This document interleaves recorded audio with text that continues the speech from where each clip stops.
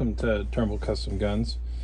If you've ever been to my shop and you put a scope on, you know that I am not a huge fan of using Loctite on scope bases.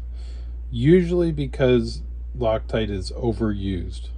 And if it's torqued properly, a lot of bases shouldn't need to have Loctite. But in this case, we have a 300 Winchester Magnum.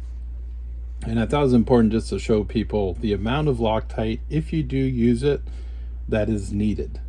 I put a little dot of medium strength Loctite on the end of this Q-tip and just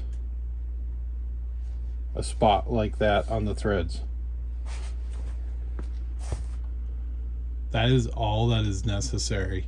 I've seen many guns that the finish has been ruined with Loctite just smeared all under the bases, and I've seen guns that these screws don't come out, so they have to be ground the top off and then taken the base taken off and extracted, and some are drilled out.